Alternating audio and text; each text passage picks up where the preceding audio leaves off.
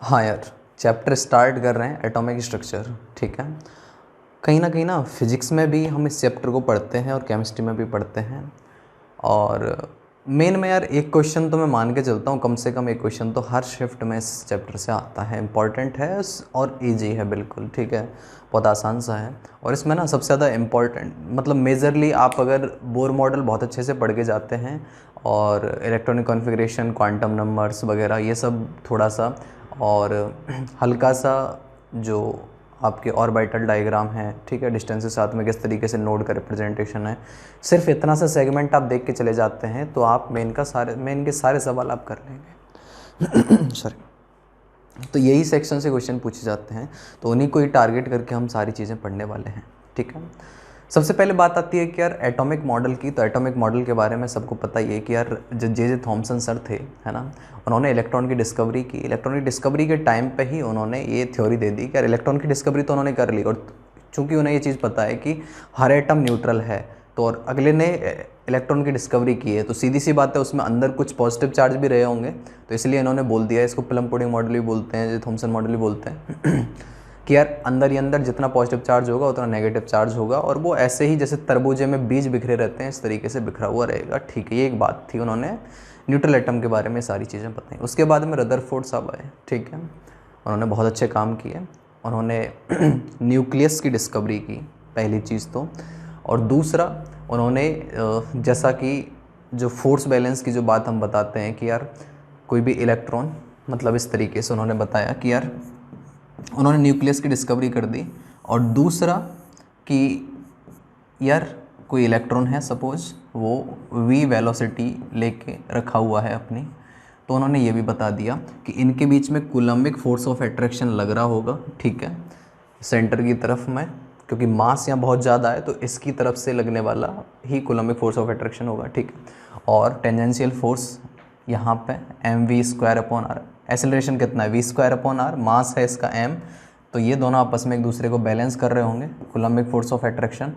ठीक है, तो न्यूक्लियस है, इसका चार्ज क्या हो गया Ze, और ये इलेक्ट्रॉन है, तो kq1q2/r² किसके बराबर होगा सर, आपका mv²/r के बराबर होगा। ठीक है, तो ये रदरफोर्ड सर ने एक चीज़ दे दी, लेकिन ना वो इस बात को नहीं बता पाए थे क्या कि यार जब भी इलेक्ट्रॉन किसी वेलोसिटी से मूव कर रहा है और टेंजेंशियल वेलोसिटी है चेंज हो रही है, ठीक है, तो जो मैक्सवेल ने उस टाइम पे एक कंक्लूजन दिया था, मैक्सवेल ने बोला था कि अगर कोई भी चार्ज पार्टिकल मूव कर रहा है और उसकी वेलोसिटी चेंज हो रही है तो डेफिनेटली वो इलेक्ट्रोमैग्नेटिक रेडिएशन निकालेगा। ठीक है, और निकालेगा तो एनर्जी लॉस होगा, एनर्जी लॉस होगा तो धीरे धीरे क्या होगा, एनर्जी लॉस होते होते होते होते यहाँ एनर्जी ज़्यादा है, लॉस होते होते होते होते इस तरीके से ये ख़त्म होता होता होता होता आके ख़त्म हो जाएगा। इस तरह से एटम का एग्जिस्टेंस नहीं बचेगा अगर इनकी बात करें तो, है ना।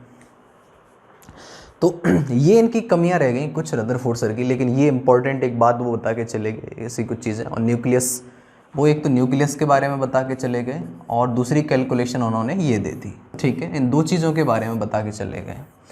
कुछ कमियां, कुछ खामियां, कुछ रह गई उनकी।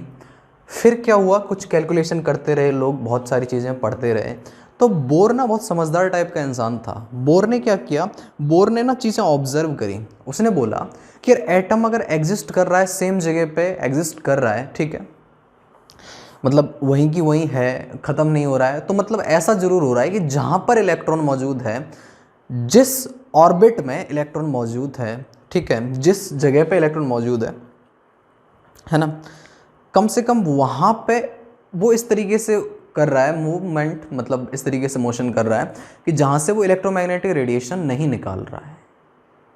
बात समझ में आ गई। उसने बोला कि हो सकता है कि यार जैसे ये इलेक्ट्रॉन है, ठीक है, मतलब उसने बोला कि इलेक्ट्रॉन अगर यहाँ प्रेजेंट है ना, वो सिर्फ इस ऑर्बिट की बात कर रहा है कि इस ऑर्बिट में अगर घूम रहा है ना तो कोई इलेक्ट्रोमैग्नेटिक रेडिएशन नहीं निकाल रहा है।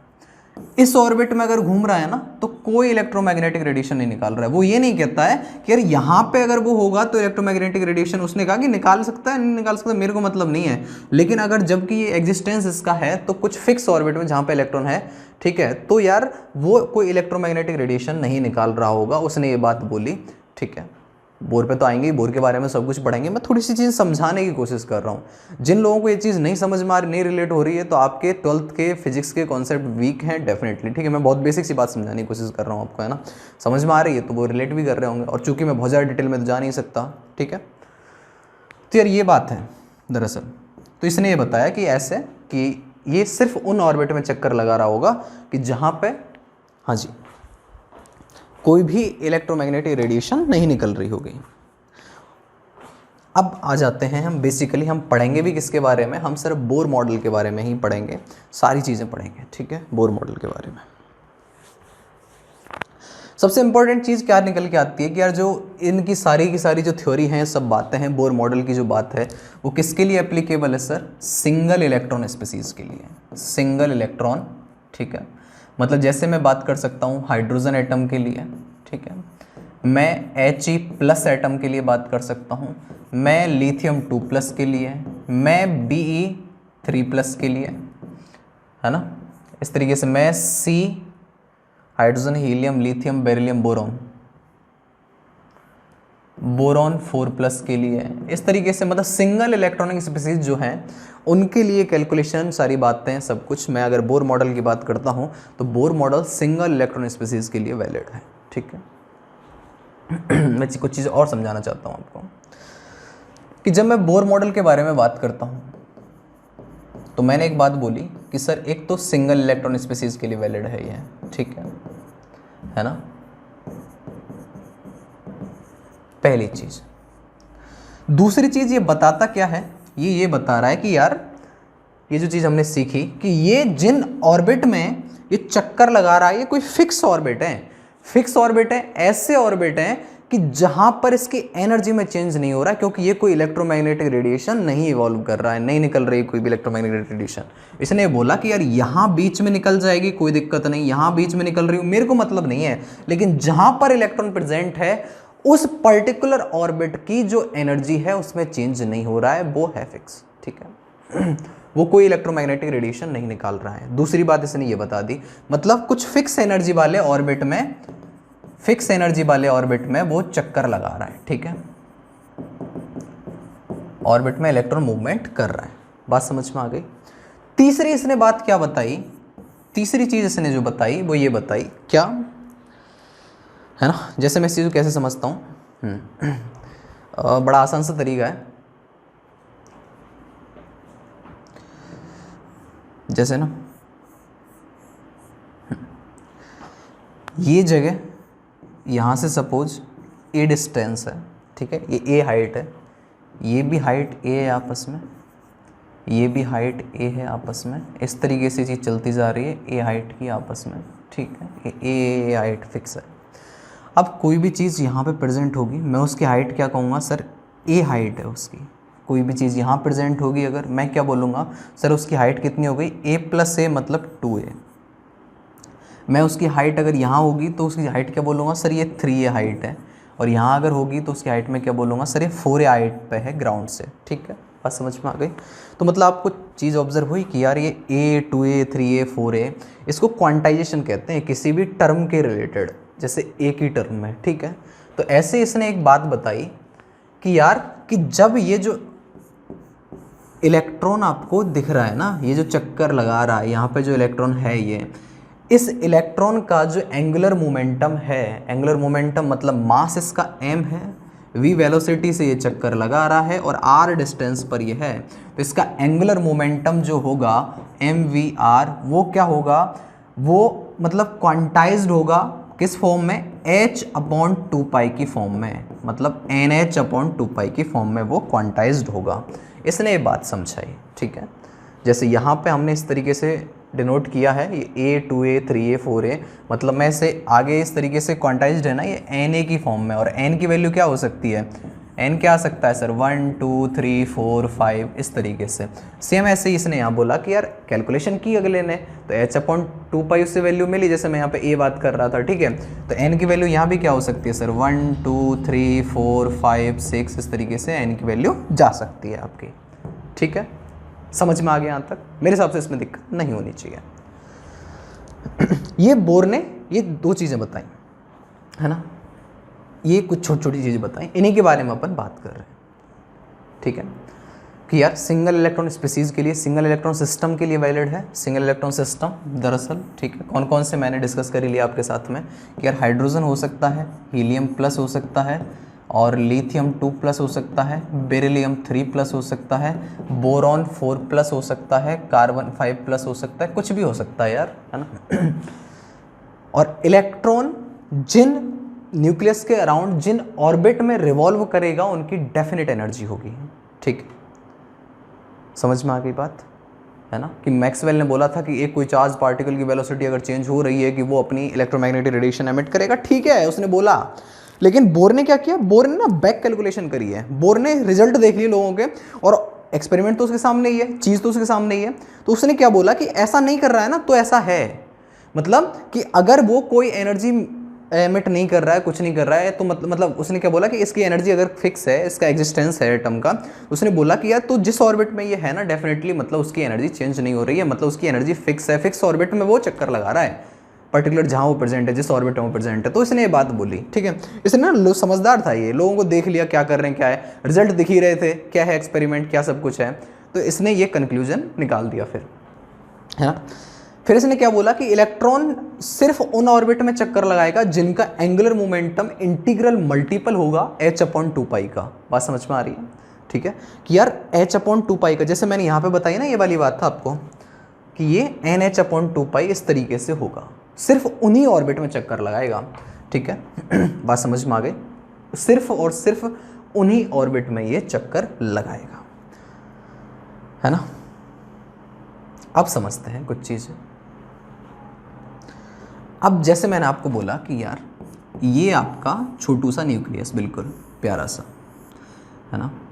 इलेक्ट्रॉन सपोज यहाँ है, ठीक है, या फिर इलेक्ट्रॉन इस दूसरे किसी ऑर्बिट में हो सकता है, इलेक्ट्रॉन सपोज यहाँ है, या फिर इलेक्ट्रॉन यहाँ हो सकता है आपका, ठीक है। तो अगर इलेक्ट्रॉन यहाँ है, सबसे पहली वाली स्टेट में है, तो इसको बोलते हैं हम n=1 वाली, सबसे पहली वाली, है ना। यहाँ से रेफरेंस है, ये n=1 है, सबसे पहली वाली, ठीक है। अगर यहाँ है n=1 पे है तो इसको बोलते हैं सर हम ग्राउंड स्टेट, ये आपकी ग्राउंड स्टेट है, ठीक है। थोड़ा आगे बढ़े, अगर इलेक्ट्रॉन अगर यहाँ है तो मतलब दूसरी जो स्टेट जहाँ पे दूसरा एक ऑर्बिट, फिक्स एनर्जी का जो ऑर्बिट है, ठीक है, ये n=2 है, इसको बोलते हैं फर्स्ट एक्साइटेड स्टेट, इसका नाम है, और देख लेंगे धीरे धीरे समझ में आ जाएगा, फर्स्ट एक्साइटेड स्टेट, ठीक है। मैं और आगे बढ़ा, मैंने इसको बोल दिया सर n=3 वाले को sir second excited state, second excited state, ठीक है, इसको सेकंड एक्साइटेड स्टेट बोलते हैं। इस तरह से चीज़ें जाती जाएंगी, बढ़ती जाएंगी, बढ़ती जाएंगी, बढ़ती जाएंगी, आप समझ गए, ठीक।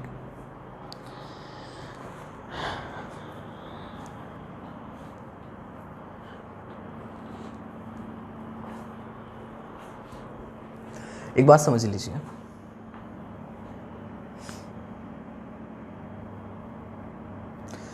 पोटेंशियल एनर्जी, अच्छा एक चीज़ समझ लीजिए कि मैं क्या कह रहा हूँ आपको कि यार जब यहाँ है ना इलेक्ट्रॉन, ये सबसे कम एनर्जी स्टेट है, और धीरे धीरे जब दूर जाता जा रहा है एनर्जी बढ़ती जा रही है, बढ़ती जा रही है। इस बात को हम कैलकुलेशन से प्रूव भी करेंगे और अभी के लिए समझ भी सकते हैं, ठीक है, हल्की सी फील भी ले सकते हैं और प्रूव भी कर लेंगे, कोई दिक्कत नहीं है ना। कि यार सपोज़ अगर इलेक्ट्रॉन यहाँ है, चूँकि सिंगल इलेक्ट्रॉन स्पीसीज़ है ये, तो इसको यहाँ ऐसे दिखाना तो वही होगा, मतलब ठीक है, एक ही बार में एक ही जगह पर दिखा रहा हूँ मैं इसे। तो इनको क्या नाम दे दिया मैंने, first excited state, second excited state, ये सब नाम मैंने दे दिया। बोर ने क्या कहा यार, अब इनको समझ लीजिए थोड़ा सा, है ना।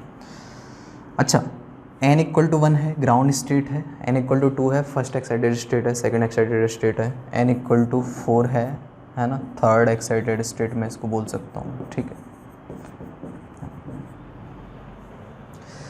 तो जो ग्राउंड स्टेट है उसकी एनर्जी को क्या मैं E1 से डिनोट कर सकता हूँ, n=1 वाली को E1, n=2 वाली को E2, ठीक है, मतलब इसमें जो इलेक्ट्रॉन मौजूद होगा उसके लिए एनर्जी E2 होगी। यहाँ जो इलेक्ट्रॉन होगा उसके लिए एनर्जी E3 होगी, यहाँ जो इलेक्ट्रॉन होगा उसके लिए एनर्जी E4 रह रही होगी। ठीक है, बोर ने क्या किया कि यार उसने ना एक फोटोन पास कराया, इसमें फोटोन पास कराया। ठीक है, तो उसने ये चीज़ ऑब्जर्व की कि अगर जो फोटोन है उसकी एनर्जी है E2 माइनस E1, अगर उस फोटोन की एनर्जी E2 माइनस E1 के बराबर है, तो उसने क्या ऑब्जर्व किया कि यार ये जो इलेक्ट्रॉन है ना ये यहाँ से जंप मार के यहाँ आ गया। समझे आप? तो यार यहाँ से जंप मार के यहाँ आ गया, ठीक है, ये इलेक्ट्रॉन। बात समझ में आ गई? कब? जब आपने कोई फोटोन दिया, उस फोटोन की एनर्जी इतनी थी, कोई फोटोन आपने दिया जिसकी फोटोन की एनर्जी इतनी थी, किसके बराबर? E2 माइनस E1 एनर्जी के बराबर आपने फोटोन दिया। ठीक है, उस फोटोन की लैम्डा अगर बतानी है तो ठीक है, तो क्या हो जाएगी? Equal to hc by lambda. आप बता सकते हो, मैं सिंपल समझाने की कोशिश कर रहा हूँ। मान लिया कि आपने इतनी एनर्जी दे दी उसको कि वो E1 से लेके, मतलब आपने अगर उसको इतनी एनर्जी दी, कितनी? E4 माइनस E1 के बराबर इतनी एनर्जी। क्या हुआ, क्या ऑब्जर्व हुआ हमें कि यार जो इलेक्ट्रॉन है वो यहाँ से सर यहाँ पहुँच गया। अगर आपने इतनी एनर्जी दे दी उसे तो इलेक्ट्रॉन क्या हुआ सर? यहाँ से यहाँ पहुँच गया। समझे? ठीक है, आपने सपोज उसको इतनी एनर्जी दे दी है ना कि वो E3 माइनस E1 के बराबर आपने इतनी एनर्जी का फोटोन यहाँ पे भेज दिया। ठीक है, तो इतनी एनर्जी का अगर फोटोन आपने भेजा तो होगा क्या सर? सर ये इलेक्ट्रॉन जो है ना ये यहाँ से यहाँ पहुँच गया। अब हमें क्या चीज़ समझ में आ रही है? जैसा कि मैंने आपको बोला, मैं कैलकुलेशन साथ में प्रूव भी कर दूंगा कि ये लो एनर्जी लेवल है, ये एनर्जी बढ़ रही है बढ़ रही है बढ़ रही है बढ़ रही है, इस तरीके से बढ़ती जा रही है इनकी एनर्जी। इसे कैलकुलेशन के साथ देख भी लेंगे। ठीक है, प्रूव हो जाए, कोई दिक्कत नहीं, बहुत आसान सी बात है, अभी के लिए समझ लीजिए। मैंने कहा यार कि जैसे ही मैं दे रहा हूँ कोई फोटोन ऐसी एनर्जी का दे रहा हूँ जिसका एनर्जी डिफरेंस इतना है, तो वो क्या कर रहा है? वो एक्साइट कर जा रहा है। ठीक है, वो हाई एनर्जी लेवल में चला जा रहा है वो इलेक्ट्रॉन। लेकिन होता क्या है कि हाई एनर्जी लेवल में ना मुश्किल से कितनी सी देर, 10 टू द पावर -7 सेकेंड के आसपास वो इलेक्ट्रॉन रहता है। क्योंकि ये हाई एनर्जी स्टेट है, तो कोई भी सिस्टम या फिर कोई भी स्पीसीज या कोई भी इलेक्ट्रॉन अपने आप को नहीं चाहता कि यार वो हाई एनर्जी स्टेट में रहे, तो वो वापस से क्या होता है? डी एक्साइटेशन होता है उसका। ये तो था एक्साइटेशन, यहाँ पे जो भी हो रहा है ये हाई एनर्जी स्टेट में जा रहा है, ये है एक्साइटेशन। तो वापस से क्या होता है सर? उसका डी एक्साइटेशन होता है। बात समझ में आ रही है? अब डी एक्साइटेशन मतलब हाई एनर्जी से लो एनर्जी में जाना, वापस से जाता है। ठीक है, तो यार जब वापस से हाई एनर्जी से लो एनर्जी में जाता है ना, तो जो एनर्जी डिफरेंस, उसकी एनर्जी हाई से लो में गया, हाई से लो में गया, मतलब सपोज E2 से वापस E1 में आया सपोज। ठीक है, तो यार जितना इसका डिफरेंस है ना उतने का ही फोटोन ये निकाल देता है। तो मतलब एनर्जी का जो चेंज हुआ है ना, तो या तो वो एक्साइटेशन में जा रहा है तब हो रहा है, या डी एक्साइटेशन में जा रहा है तब हो रहा है। ठीक है, बात समझ में आ रही है? लेकिन जब वो चक्कर लगा रहा है तो एक फिक्स एनर्जी के ऑर्बिट में चक्कर लगा रहा है। ये बात बोर ने बोली। होपफुली आपको रिलेट हुआ होगा, समझ में आया होगा कि हो क्या रहा है, क्या सेंस है इसके पीछे, क्या भूमिका है, दरअसल क्या बात है। ये बात मैंने आपको समझाने की कोशिश की। आ जाते हैं सर कुछ बातों के ऊपर। यही बात मैंने आपको बोली है ना, ठीक है, कि जब एक एनर्जी लेवल से दूसरे एनर्जी लेवल में जंप करता है तो लो से हाई में जाएगा, तो ऑब्वियसली मतलब लो से हाई में कब गया? जब इन दोनों के एनर्जी डिफरेंस के बराबर का फोटोन आपने उस पर डाला तब वो उसमें गया। ठीक है, ऐसे ही डी एक्साइटेशन मतलब किसी हाई एनर्जी लेवल से लो एनर्जी लेवल में डी एक्साइटेशन। ठीक है, हाई एनर्जी लेवल से लो एनर्जी लेवल में जब आया डी एक्साइटेशन हुआ उसका, तो क्या होगा? उतने ही एनर्जी डिफरेंस का फोटोन उसने निकाल दिया अपने आप से। ठीक है, तो यही बात मैंने बोली है कि यार वो एनर्जी एब्जॉर्ब कब करेगा, मतलब उस उतने ही फोटोन एब्जॉर्ब करेगा ना बेसिकली। ठीक है, और एमिट कब करेगा, ये वाली बात है ना। कैलकुलेशन करते हैं, कुछ समझते हैं कुछ चीज़ें। ठीक है, जैसे ना लिखो कैलकुलेशन ऑफ रेडियस, ठीक है, वेलोसिटी, एनर्जी, टाइम पीरियड, है ना। और एंगुलर वेलोसिटी, फ्रीक्वेंसी, ठीक है। बोर मॉडल के थ्रू इन सब चीज़ों की कैलकुलेशन के बारे में अपन बात करते हैं यार। ये है क्या अपने आप में, कौन सी रेडियस की बात कर रहे हैं सर? ये न्यूक्लियस है आपका, इलेक्ट्रॉन यहाँ किसी फिक्स ऑर्बिट में चक्कर लगा रहा है, तो ये जो डिस्टेंस है ना आपकी, इसको मैं बोल रहा हूँ रेडियस, ठीक है। बात समझ में आ गई है ना, ये रेडियस है। हाँ जी, बात करेंगे इसके बारे में और ढंग से। अच्छा एक बात बताऊँ कि ये इलेक्ट्रॉन है, इसकी कुछ वेलोसिटी है सर, है ना, इसकी v वेलोसिटी है,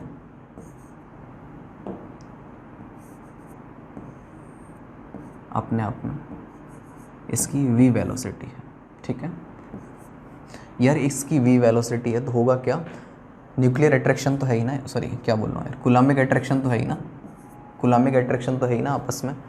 एक पॉजिटिव चार्ज जिसका मास अच्छा खासा है अपने आप में, और चार्ज तो है ही, तो क्या होगा, एक बड़ी बॉडी एक छोटी सी बॉडी पे अपना इंटरेक्टिव फोर्स लगा रही है, ठीक है। हुआ क्या यार, समझ लो, कुलामिक फोर्स ऑफ अट्रैक्शन है, ठीक है। इसको बैलेंस किसकी तरफ से किया जा रहा है यार, इसका v²/r, इसका एक्सेलरेशन है, मास m है, तो आपस में दोनों सेंट्रीफ्यूगल फोर्स आपस में बराबर हो गए। मतलब coulombic force of attraction K(Q1Q2/r² is equal to mv²/r, ठीक है। मतलब Q1 क्या है, Ze, इसका चार्ज Ze है, ठीक है। Ze, मतलब हमें नहीं पता ना कौन सा न्यूक्लियस है, मेरे को थोड़ा ना पता है। मतलब अगर हाइड्रोजन का न्यूक्लियस होगा तो चार्ज क्या है, एक ही प्रोटॉन है, मतलब E के बराबर चार्ज है।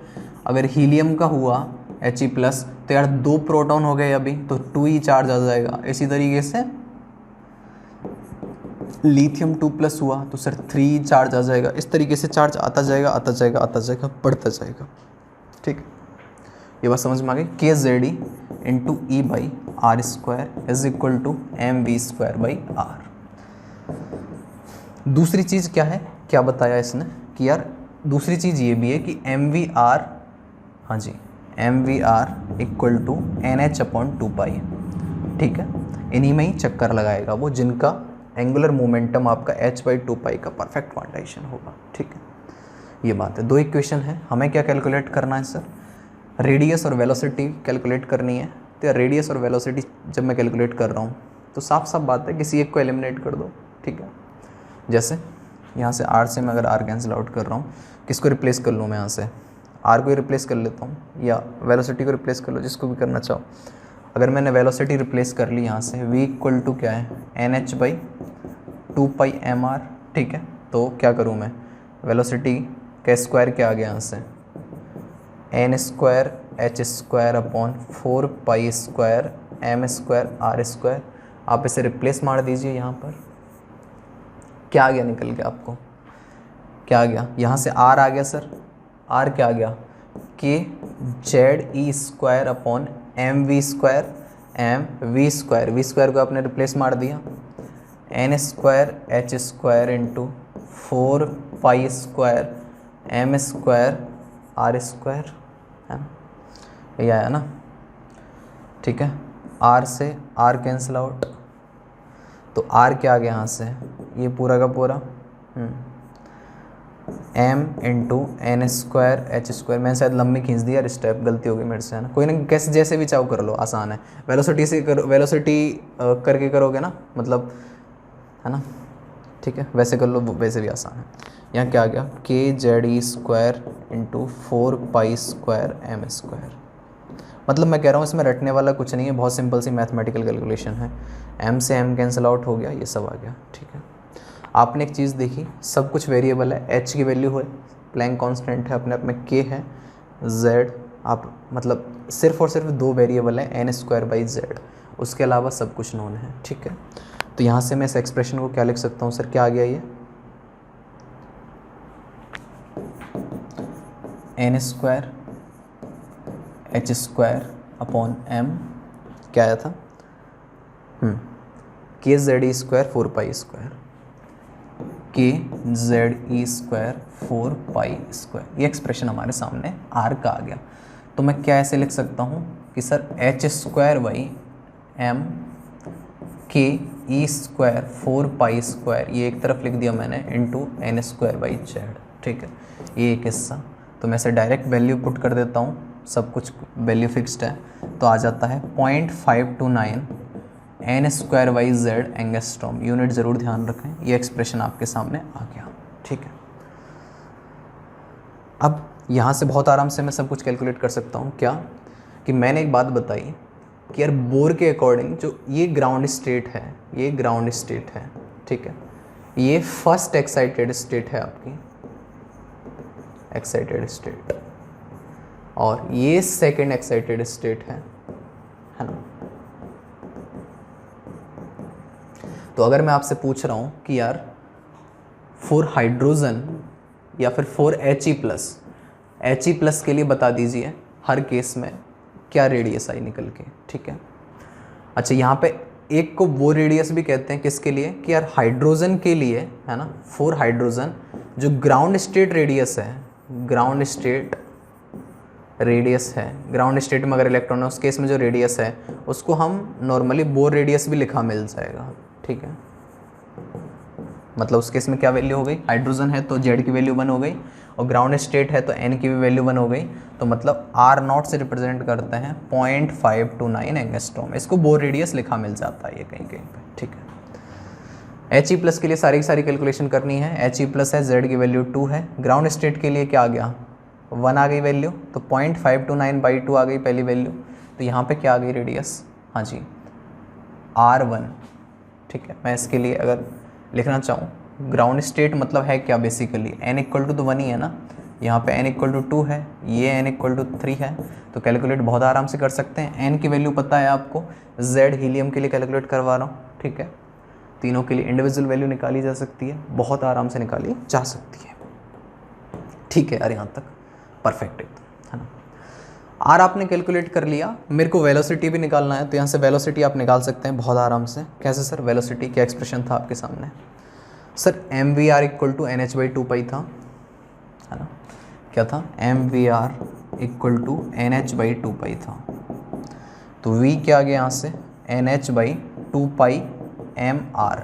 r आप रिप्लेस कर दीजिए यहाँ से, r का ये एक्सप्रेशन आपके सामने है, r यहाँ से रिप्लेस किया सर, क्या आ गया, हाँ जी, h² n² into m k e² 4 pi square z, ये आ गया, ठीक है। जो वैसे वाले हिस्से हैं,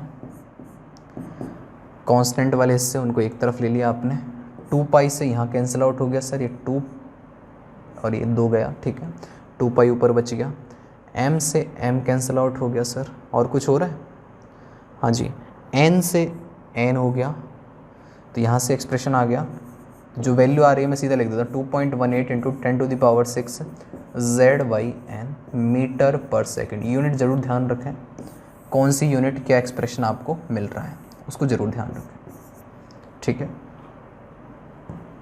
चलिए जी, बढ़िया, वेलोसिटी का एक्सप्रेशन आ गया, रेडियस का आ गया आपके सामने सब कुछ। अब यहाँ भी वही बात आ रही है, किसी को भी लेके कुछ वेलोसिटी पूछ सकता है, z की वैल्यू क्या आ रही है, n की वैल्यू क्या आ रही है, ठीक है, रख सकते हैं, आराम से निकाल सकते हैं। नेक्स्ट मैं लिख देता हूँ सर एनर्जी कैलकुलेशन, एनर्जी, और सबसे पहले मैं बात कर रहा हूँ आपसे काइनेटिक एनर्जी। क्या है सर, 12 mv², ठीक है,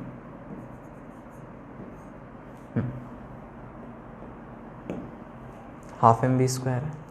वेलोसिटी आपने एक्सप्रेशन निकाल लिया सर अभी जस्ट, वेलोसिटी का एक्सप्रेशन ये आ गया, ठीक है। ये वाला एक्सप्रेशन जो था ये रख दीजिए, यहाँ से h से h भी कैंसिल आउट हो गया था, तो अल्टीमेटली क्या मिला था आपको, आपको मिल गया था 2 पाई k ze², है ना, 2 पाई k ze², और नीचे क्या मिल गया, 2 पाई k ze² है, और नीचे क्या है आपके पास में, nh का स्क्वायर, ठीक है। सारी वैल्यू पुट की, कैलकुलेट किया, है ना, तो वैल्यू जो निकल के आ जाती है वो आ जाती है हमारी 13.6, है ना, into Z square by N square, दिख रहा है ना, सब कुछ तो कांस्टेंट है जेड और एन को छोड़ के, और उसका स्क्वायर है ना, इलेक्ट्रॉन वोल्ट, ये वैल्यू निकल के आ जाती है। ठीक, ये काइनेटिक एनर्जी आ गई हमारी निकल के। ऐसे ही मैं अगर आपसे बात कर रहा हूँ यार पोटेंशियल एनर्जी, आप लिखते हो, क्या लिखते हो सर, के Q1 Q2 बाई आर, है ना, तो K Z E into E by R, sorry electron है तो माइनस आ गया ना, न्यूक्लियस का चार्ज, इलेक्ट्रॉन का चार्ज, तो minus K Q1 Q2 by are, मतलब माइनस के, ये वैल्यू आ गई ऑलरेडी, तो आर को रिप्लेस कर दीजिए बस यहाँ से, है ना, आर की वैल्यू आप पुट कर दीजिए यहाँ से, आ जाएगी। ठीक है, आर रखा आपने, कहाँ है आर, ये रहा, H square by M K E square 4 pi square minus के जेड ई इंटू ई, और नीचे क्या है, ये वैल्यू आपकी। ठीक है सर,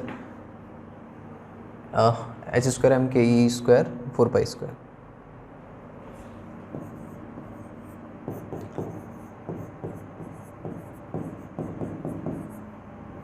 है ना, और क्या था, एन स्क्वायर बाई जेड।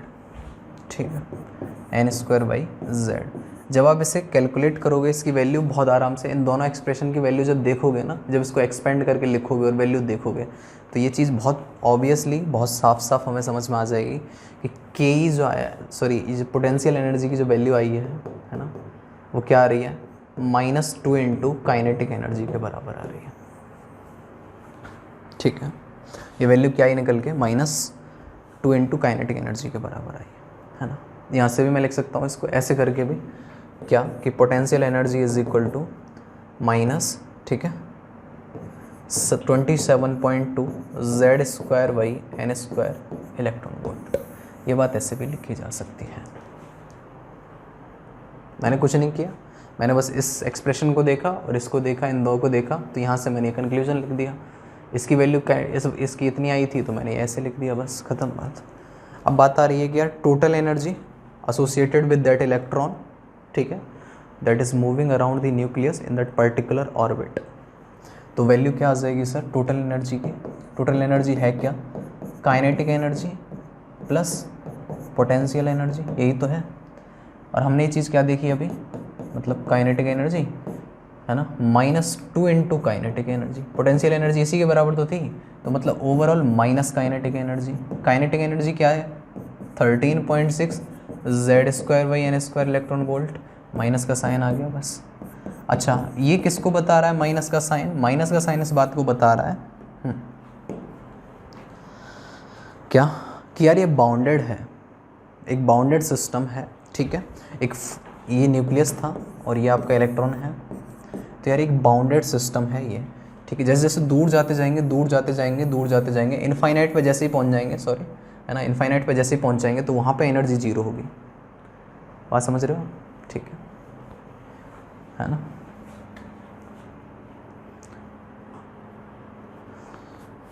आप ये चीज़ समझिए ना कि यार एन अगर ज़्यादा होगा, एन बढ़ेगा, तो मतलब क्या होगा, इस पूरे की वैल्यू कम होती जाएगी, होती जाएगी, होती जाएगी, और नेगेटिव में है, ठीक है, तो मतलब ओवरऑल बढ़ती जाएगी। तो इसीलिए जैसे ही एन बढ़ेगा तो एनर्जी बढ़ेगी, इसीलिए मैं ये बात बोल रहा था आपको। तो जो यहाँ सबसे लास्ट में अल्टीमेटली वहाँ पे क्या हो जाएगी एनर्जी, ठीक है, एन इक्वल टू इनफाइनाइट पे जीरो हो जाएगी, ठीक है। ये जब बढ़ती जाएगी, बढ़ती जाएगी, बढ़ती जाएगी, तो एन इक्वल टू इनफाइनाइट पे जीरो हो जाएगी। और नेगेटिव साइन रिप्रेजेंट कर रहा है कि यार एक बाउंडेड सिस्टम है ये इस बात को रिप्रेजेंट कर रहा है। बात समझ गए आप। होपफुली एक कैलकुलेशन बहुत आसान लग रही होगी, बहुत ईजी है अपने आप में, ठीक है। और अगर मैं आपसे बात करता हूँ, हाँ जी, क्या बच गया,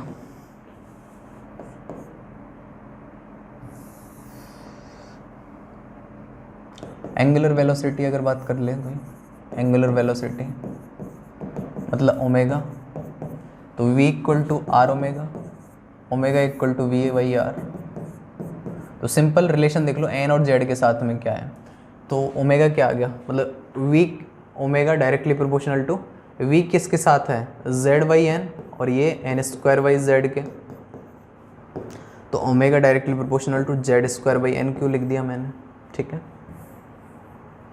Z square by N cube, ये बात लिख सकते हैं बड़े आराम से। दूसरी बात, हाँ जी,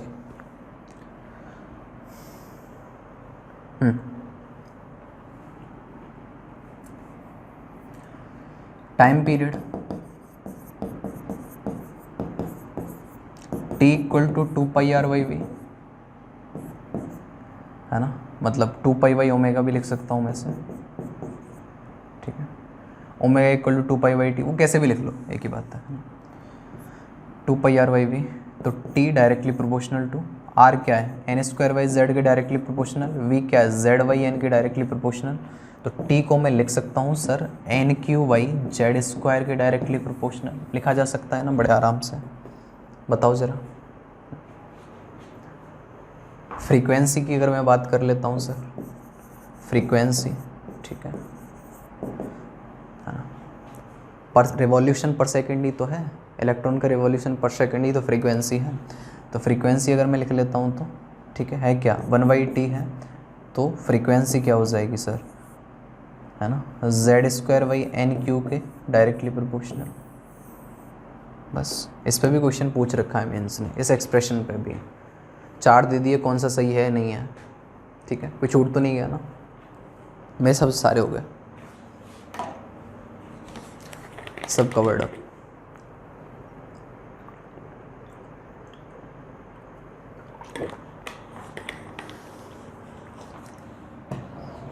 ठीक है, देखो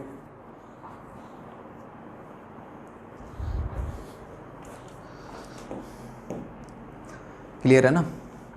अब आ जाते हैं यार एक बात पे कि एनर्जी का जो एक्सप्रेशन हमने अभी लिखा, एनर्जी, काइनेटिक एनर्जी एक्सप्रेशन क्या था, ये था।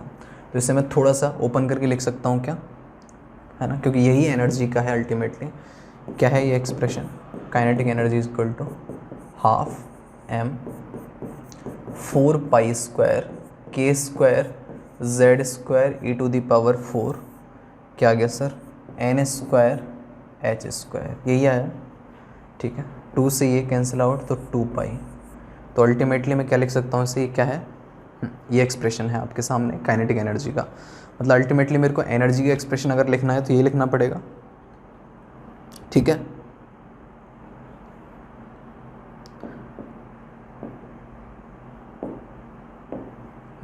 क्या कह रहा हूँ मैं,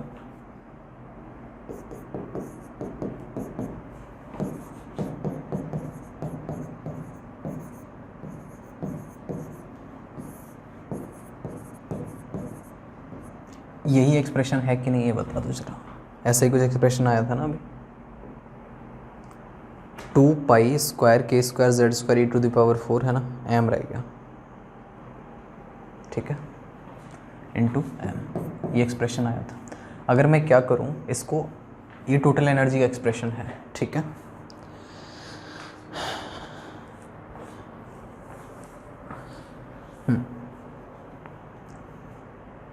हमने क्या लिखा, इसी एक्सप्रेशन को हमने लिखा कि यार -13.6 into z²/n², sorry electron volt, इसी को लिखा कि नहीं लिखा, लिखा, ठीक है।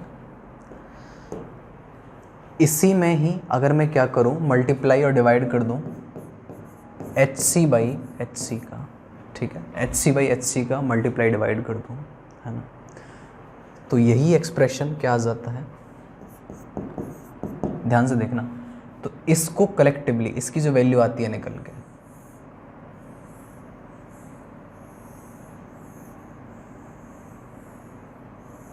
इस हिस्से की जो वैल्यू निकल के आती है वो आती है आपकी एक R रिडवर्ग कांस्टेंट के बराबर इंटू HC इंटू z²/n²,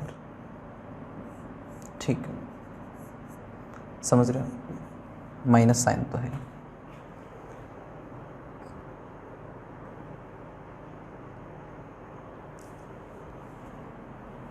है ना, मतलब टोटल एनर्जी या सिंपल एनर्जी का जो एक्सप्रेशन आ गया -RHC इंटू z²/n², ठीक है। R रिडवर्ग कांस्टेंट है है ना। आर की जो वैल्यू है वो है आपकी 1096780 मीटर इनवर्स, या फिर सेमी इनवर्स में भी लिखा मिल सकता है आपको, किसी भी तरीके से लिखा मिल सकता है। ये आर है अपने आप में, ये इसकी वैल्यू है, ये समझ लिया आपने, ठीक है। ये रिडबर्ग कांस्टेंट है ना। अब एक एक्सप्रेशन यहाँ से और भी आ सकता है कि एनर्जी को मैं अगर लिखता हूँ, एनर्जी क्या हो सकती है sir, H C by lambda है अपने आप में, तो H C by lambda is equal to minus R H C into Z square by N square electron volt. तो एच सी से sir H C cancel out हो गया, तो 1 बाई लेमडा, या फिर ये क्या है अपने आप में न्यू बार, है ना। ये किसके बराबर आ गया सर, ये आ गया आपका minus R Z square by N square E V, ठीक है। ये चीज़ समझ ली अपन ने, ठीक है। ये एक्सप्रेशन आ गया ना अपने सामने, ये एक्सप्रेशन आ गया कि नहीं आ गया, है ना। ऐसे लिख सकते हो, या फिर इसको एक सेकंड होल्ड कर लो, होल्ड कर लो एक सेकंड। क्या है, मैंने क्या बोला कि सपोज सर किन्हीं भी दो एनर्जी स्टेट में, अब उसकी बात करेंगे, चलो आ जाएंगे उस पर और आ जाएंगे, मैं थोड़ा ज़्यादा जा रहा हूँ, है ना, और समझ लेते हैं थोड़ा और आराम से। अब मैं एक चीज़ समझा रहा हूँ, तो मैं ध्यान से सुनना। ये चीज़ समझ में आ गई, हर एक के लिए सब कुछ देख लिया। ये न्यूक्लियस है, यहाँ पे इलेक्ट्रॉन, ठीक है। ये फिक्स एनर्जी वाले ऑर्बिट हैं, बोर ऑर्बिट हैं ये सारे के सारे, ठीक है ना। ये n इक्वल टू 1 है, पहले ऑर्बिट को k भी नाम दे दिया जाता है बहुत बार। n इक्वल टू 2 है, इसको l भी नाम दे दिया जाता है। n इक्वल टू 3 है, इसको m भी नाम दे दिया जाता है। n इक्वल टू 4 है, इसको n भी नाम दे दिया जाता है। तो यही क्या है, इनको, ये ऑर्बिट भी है, ये ऑर्बिट भी है अपने आप में, और ये शेल भी है, के शेल या फर्स्ट ऑर्बिट ऐसे भी नाम दे दिया जाता है इसको, ठीक है। ये ऑर्बिट भी है या सेल भी है, शेल भी है, ठीक है। ये ऑर्बिट भी है और शेल भी है, ये ऑर्बिट भी है और शेल भी है। ऑर्बिट भी बोल रहे हैं इसको, शेल भी बोल रहे हैं अपन, है ना। ये बात क्लियर है। अब उस बात को समझते हैं जो मैंने बोली थी कि यार लो एनर्जी स्टेट से हाई एनर्जी स्टेट में जाना या हाई एनर्जी स्टेट से लो एनर्जी स्टेट में आना, उस बात को समझ, थोड़ा सा और मैं क्या समझाना चाह रहा हूँ आपको समझते हैं। मैंने एक बात बोली, इससे एसोसिएटेड एनर्जी E1 है, यहाँ एनर्जी E2 है, कि आपने, है ना, एक चीज़ समझिए, ठीक है। मैं आपसे क्या कह रहा हूँ, मैं आपसे ये कह रहा हूँ, सपोज इलेक्ट्रॉन इस n इक्वल टू 1 में है, इलेक्ट्रॉन n इक्वल टू 1 में है, ठीक है।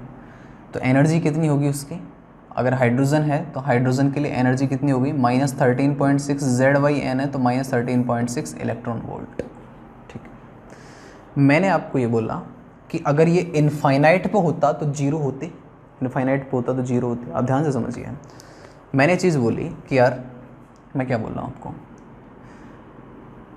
फॉर हाइड्रोजन, मैं कैलकुलेशन के लिए अभी जो बात बता रहा हूँ हाइड्रोजन रेफरेंस में लेके मैं कैलकुलेट कर रहा हूँ। अगर हाइड्रोजन के लिए n इक्वल टू 2 में है तो यहाँ पे एनर्जी है -3.4 इलेक्ट्रॉन वोल्ट, ठीक है। -13.6 Z square by N square से मैंने कैलकुलेट कर लिया, ठीक है, मैंने कैलकुलेट कर लिया। दूसरे वाले के लिए इतनी है, बात समझ में आ गई।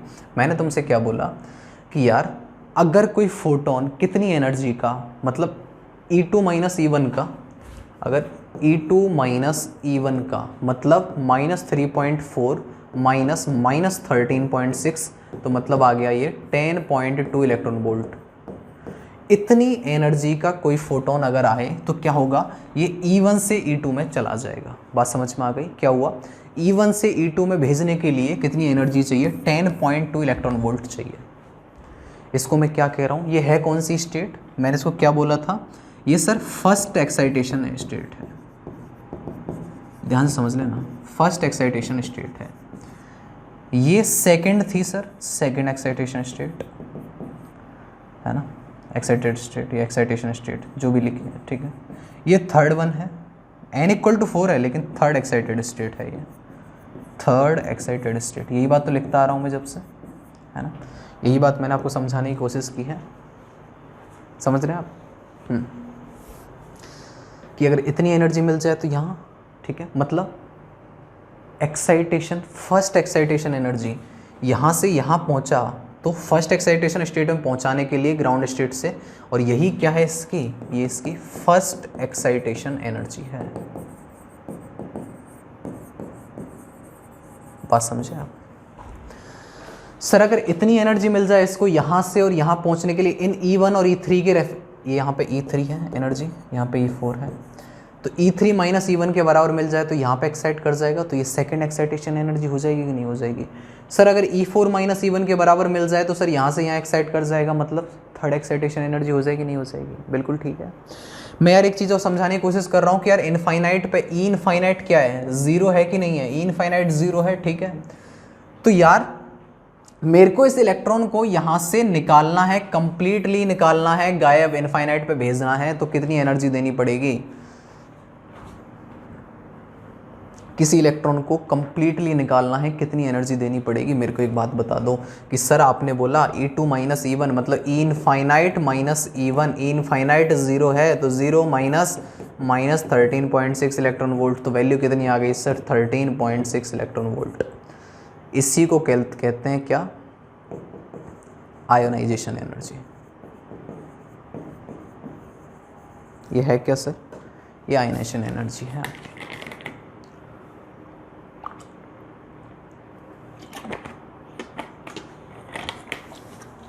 समझ गया? ठीक है। ये है क्या? ये आयोनाइजेशन एनर्जी है। अच्छा, अब एक चीज़ समझ लीजिए कि यार एनर्जी को मैं ऐसे भी लिख सकता हूँ, चार्ज इनटू पोटेंशियल डिफरेंस, जिससे उस चार्ज को भेजा जाए, ठीक है, उस चार्ज पे अप्लाइड पोटेंशियल डिफरेंस, ठीक है। इलेक्ट्रॉन की बात हो रही है तो E इंटू वी, है ना? ठीक है, सिंपल समझते हैं कि यार जैसे मैं आयनाइजेशन एनर्जी की बात कर रहा हूँ, ठीक है, तो मेरे लिए सपोज वैल्यू कितनी आई? अभी वैल्यू आई थी 13.6 इलेक्ट्रॉन वोल्ट, है ना? तो आयनाइजेशन एनर्जी में और आयनाइजेशन पोटेंशियल में क्या फ़र्क आ जाएगा? सिंपल सी बात है कि आयोनाइजेशन एनर्जी, मैं नहीं कह रहा यही होती है, मैं तो कह रहा हूँ आई थी ये वैल्यू अभी, ठीक है, इज इक्वल टू चार्ज मतलब इलेक्ट्रॉन इनटू आयोनाइजेशन पोटेंशियल। तो इस केस में अगर आयनाइजेशन एनर्जी 13.6 इलेक्ट्रॉन वोल्ट है तो आयनाइजेशन पोटेंशियल क्या हो जाएगा sir? 13.6 electron volt by electron, ठीक है, चार्ज मतलब डिवाइड कर दिया आपने, तो मतलब ये क्या आया? 13.6 वोल्ट अल्टीमेटली, मतलब सीधा सा 13.6 वोल्ट लिखोगे तो मतलब वो आयनाइजेशन पोटेंशियल है, 13.6 इलेक्ट्रॉन वोल्ट लिखोगे विद, है ना, तो क्या आ जाएगा? वो आयनाइजेशन एनर्जी है, उसको आप आयनाइजेशन एनर्जी कह रहे हो। ये कहने का मतलब है, ये समझाने का मतलब है आपको। बात समझ में आ गई? ठीक है ना? हाँ यार, अब समझिए, कुछ टर्म के बारे में पढ़ लेते हैं। आयनाइजेशन एनर्जी है क्या, या कितनी एनर्जी रिक्वायर्ड है to remove an electron from ground state to n equal to infinite. Ground state से n इक्वल टू इनफाइनाइट तक एक्साइट करने के लिए, इसको ग्राउंड स्टेट से इनफाइनाइट तक ले जाने के लिए जितनी एनर्जी रिक्वायर्ड है, ठीक है, इनफाइनाइट माइनस E1 जो एनर्जी रिक्वायर्ड है उसको आयनाइजेशन एनर्जी कह रहे हैं। आयनाइजेशन पोटेंशियल क्या है sir? The potential difference through which a free electron can be ionized, मतलब उससे एसोसिएटेड, सिंपल सी बात है, यहाँ जो वैल्यू निकाली आपने उसमें से E हटा दो, सिंपल सी बात है, वही क्या है आपका आयनाइजेशन पोटेंशियल है, ये कह रहे हैं। अच्छा, और समझ लेते हैं, इसमें कुछ और टर्म है, बहुत आसान सी। एक्साइटेशन एनर्जी मैंने समझा दी आपको, क्या समझाया था कि यार ग्राउंड स्टेट से किसी भी स्टेट में ग्राउंड स्टेट से फर्स्ट में ले जा रहे हैं तो क्या हो गई? वो फर्स्ट एक्साइटेशन एनर्जी, ठीक है, ग्राउंड स्टेट से फर्स्ट एक्साइटेशन स्टेट में ले जा रहे हो, ठीक है, मतलब n इक्वल टू 1 से n इक्वल टू 2 में ले जा रहे हो, तो जो एनर्जी डिफरेंस है वो क्या है? फर्स्ट एक्साइटेशन एनर्जी है ना? बात समझ गए? ऐसे ही n इक्वल टू 1 से n इक्वल टू 4 में ले जा रहे हो तो वो क्या है? थर्ड एक्साइटेशन एनर्जी, तो E4 माइनस E1 क्या हो गया? Third excitation energy. ऐसे E1 से E5 में ले जा रहे हो तो मतलब E5 माइनस E1 मतलब क्या हो गई? फोर्थ एक्साइटेशन एनर्जी, ठीक है, ये बात समझ गए? इससे एसोसिएटेड जो पोटेंशियल है यहाँ भी सेम बात है, वो एक्साइटेशन पोटेंशियल है, ठीक है। यहाँ जो वैल्यू आए उसे 4 से डिवाइड कर देंगे, मतलब इलेक्ट्रॉन से डिवाइड कर देंगे, सीधी सी बात है, तो वो आ जाएगा, कोई इसमें फ़र्क नहीं है, कुछ नहीं है। एक और एनर्जी होती है बाइंडिंग एनर्जी या सेपरेशन एनर्जी जिसको कहते हैं। बेसिकली फ़र्क छोटू सा फ़र्क है, छोटू सा क्या है मैं समझा देता हूँ कि यार ये न्यूक्लियस है आपका प्यारा सा, है ना, आप समझ लीजिए कि सर इलेक्ट्रॉन को यहाँ से अगर इनफाइनाइट पे ले गए, ठीक है, तो ई इनफाइनाइट माइनस E1 तो आप कह रहे हो क्या है सर, ये आयनाइजेशन एनर्जी है। लेकिन अगर इलेक्ट्रॉन, ये तो n=1 था, ठीक है, अगर इलेक्ट्रॉन n=2 में है ना, n=2 में है, यहाँ से इनफाइनाइट पे ले गए तो क्या लिखोगे, ई इनफाइनाइट माइनस E2 लिखोगे। तो ये क्या है, बाइंडिंग एनर्जी है, ठीक है। n=3 से इनफाइनाइट पे ले गए, ठीक है, तो ये भी बाइंडिंग एनर्जी है। मतलब किसी भी एनर्जी स्टेट से अगर उसको इनफाइनाइट तक ले जा रहे हैं, ठीक है, वही बाइंडिंग एनर्जी या सेपरेशन एनर्जी है। अगर वो एनर्जी स्टेट ग्राउंड स्टेट है तो उसी को ही हम आयनाइजेशन एनर्जी कह रहे हैं, ठीक है। मतलब बाइंडिंग एनर्जी अगर ग्राउंड स्टेट से डिफाइन हो रही है तो उसी को ही हम क्या कह रहे हैं आपके लिए, आयनाइजेशन एनर्जी कह रहे हैं। मेरे हिसाब से एक चीज़ क्लियर हो गई होगी, ठीक है, आसान थी, है ना। कहाँ है सेपरेशन एनर्जी, बाइंडिंग एनर्जी क्या है, energy required to move an electron from a state to n=इनफाइनाइट, उसी क्या कह रहे हैं, बाइंडिंग एनर्जी या फिर सेपरेशन एनर्जी उस स्टेट की। Binding energy of ground state is ionization energy, यही बात मैंने आपको समझाने की कोशिश की है, ठीक है।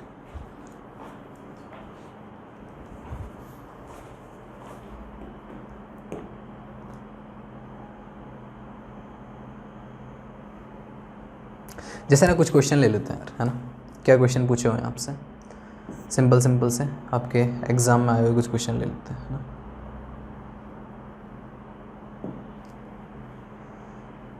देखिए क्या बोला हुआ है आपसे, बोला हुआ है यार कि which of the following is the energy of the possible of a possible excited state of hydrogen, ठीक है। तो हमने क्या चीज़ सीखी है ना, किसी एक्साइटेड स्टेट ऑफ हाइड्रोजन की पॉसिबल एनर्जी, ठीक है। तो आप क्या करोगे, first excited state, second excited state, third excited state के लिए बस निकाल लीजिए एनर्जी, है ना। मतलब first excitation energy, second, third value निकाल लीजिए, जो बैठ रही है नहीं बैठ रही है उसको हटा दीजिए, ख़त्म बात। और देख लीजिए क्या क्वेश्चन पूछा हुआ है, सिंपल क्वेश्चन है इसलिए मैं ज़्यादा टाइम नहीं दे रहा। किसी एनर्जी का जो एक्सप्रेशन है यहाँ पे जूल में दे रखा है, आप किससे फैमिलियर हो, -13.6 Z² इलेक्ट्रॉन वोल्ट से आप फैमिलियर हो। इसने ऐसे दे दिया, कोई दिक्कत नहीं है। Wavelength of light required to excite an electron in an hydrogen atom level 1 से n=1 से n=2, ठीक है। तो आप कैसे लिखोगे, n=1 से, मतलब ये ग्राउंड स्टेट है n=1, ये n=2 है, यहाँ से यहाँ जाना है, तो मैंने क्या बताया, ठीक है, ये E2 है, ये E1 है, तो E2 माइनस E1 आपने किया, E2 माइनस E1 सामने वाले ने दे रखा है, तो आपने अगर E1 लिखा है इसके अकॉर्डिंग, तो E1 क्या आ गया, -2.178 इंटू Z², ठीक है। n की वैल्यू तो 1 है, हाइड्रोजन है तो ये भी 1 ही है, सब कुछ 1 है, ठीक है, ऐसे लिख दो। E2 अगर आपने, है ना, E2 अगर आपने लिखा यहाँ पे तो -2.178 इंटू Z की वैल्यू तो 1 है, n की वैल्यू 2 है, तो 4 आ गया ये, ठीक है। तो आप लिख के आ रहे हो सर E2 माइनस E1 लिख रहे हो, तो मतलब आप लिख के आ रहे हो सर -2.178/4 प्लस 2.178, ठीक है। ये इससे एसोसिएटेड वेवलेंथ पूछी है, तो ये बराबर में क्या आ गया आपका hc/λ, ये बराबर में क्या आ गया आपका hc/λ, ख़त्म बात सर। तो h रख दीजिए 6.6 इंटू 10⁻34, c रख दीजिए 3 इंटू 10⁸, तो लैम्डा आपका आ जाएगा। सब कुछ जूल में है, सब कुछ मीटर में आ जाएगा, आंसर बिल्कुल सही, ठीक है, रख सकते हैं, कोई दिक्कत नहीं है ना। अब एक चीज़ और सीखिए पहले, फिर और क्वेश्चन लेंगे, वापस से आएंगे क्वेश्चंस पर।